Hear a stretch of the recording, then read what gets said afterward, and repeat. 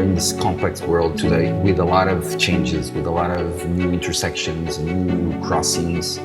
And I think it's important that you find a place where you can understand these new changes that are happening.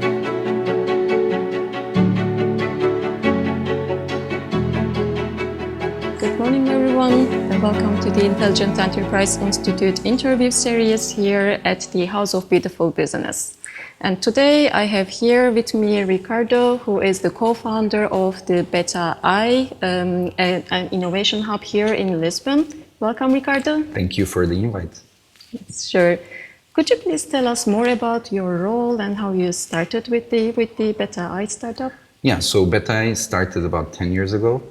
Basically, there was a huge gap with finding an ecosystem that was working on entrepreneurials here in Lisbon.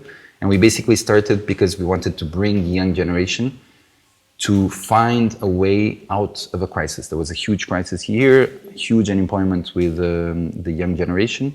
And Beta I was a catalyst really to inspire the young generation to, if you can't find a job, create your own job. And after 10 years, and after many things we've done and working with from the pre-accelerators, accelerators, open innovation, today, Beta I, what we do is these collaborative innovation programs between big organizations and startups, where we try to find solutions for problems that exist in these big organizations. And Ricardo, we have been having very intense 3 days here in the House of Beautiful Business Lisbon gathering. May I ask you what's your overall impression about this event? So what's really unique about it in your opinion? Yeah, so I've been coming to the house since I think the first house. I think it's an amazing event. I think it's an event where a lot of people, I mean, we're in this complex world today. With a lot of changes, with a lot of new intersections and new crossings. And I think it's important that you find a place where you can understand these new changes that are happening. And the house is that place.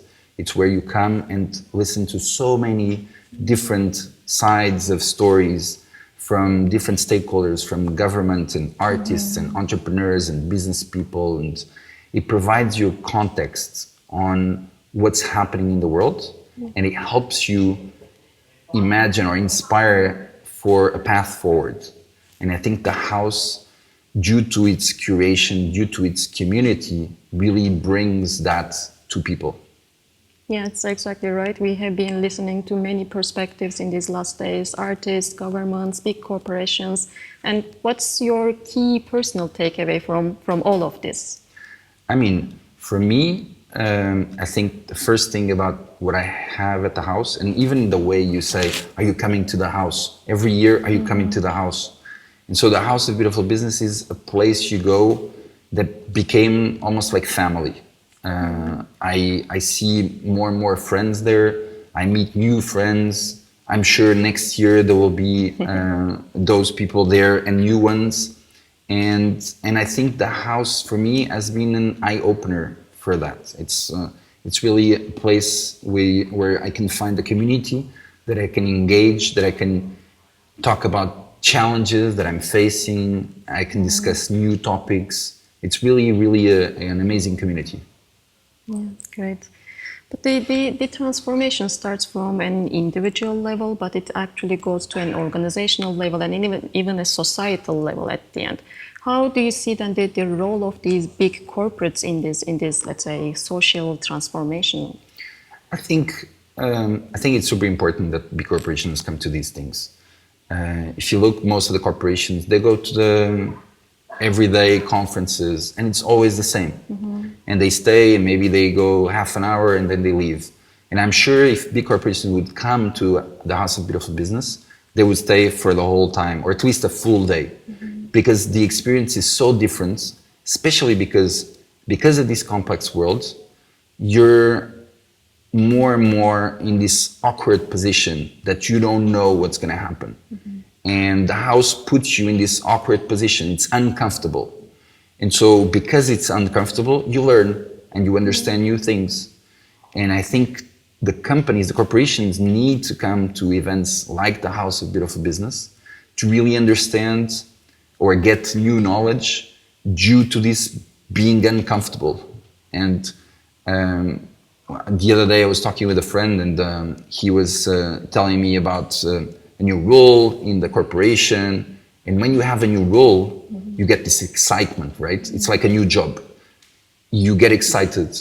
I don't know why, but corporations look at uncertainty as a negative thing. But if you would look at uncertainty, like starting a new job, as like, I'm excited about this, as something positive, that would transform the way corporations look at uncertainty. And I think coming to the house and bringing all these different perspectives of government and policy and business and artists and all this helps the corporations understand that uncertainty and the way forward.